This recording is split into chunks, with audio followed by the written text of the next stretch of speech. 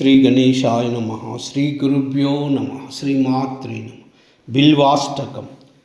త్రిదళం త్రిగుణాకారం త్రినేత్రం చ త్రియాయుధం త్రిజన్మ పాప సంహారం ఏకబిల్వం శివార్పణం త్రిశాకై బిల్వపత్రైశ్చ अच्छिद्रै कोमलै शुभै तव पूजां करिष्यामि एकबिल्वं शिवार्पणं दर्शनं बिल्ववृक्षस्य स्पर्शनं पापनाशनम् अघोरपापसंहारम् एकबिल्वं शिवार्पणं सालग्रामेषु विप्रेषु तटाके वनकोपयो यज्ञकोटिसहस्रस्य एकबिल्वं शिवार्पणं दन्तकोटिसहस्रेषु अश्वमेधशतानि च कोटिकन्या महादानम् एकबिल्वं शिवार्पणम् एकं च बिल्वपत्रश्च कोटियज्ञफलं लभेत् महादैवैश्च पूजार्थम्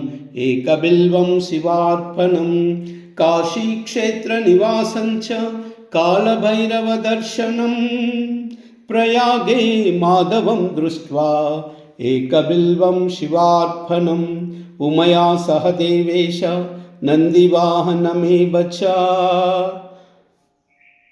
मुच्यते सर्वपापेभ्यो एकबिल्वं शिवार्पणम्.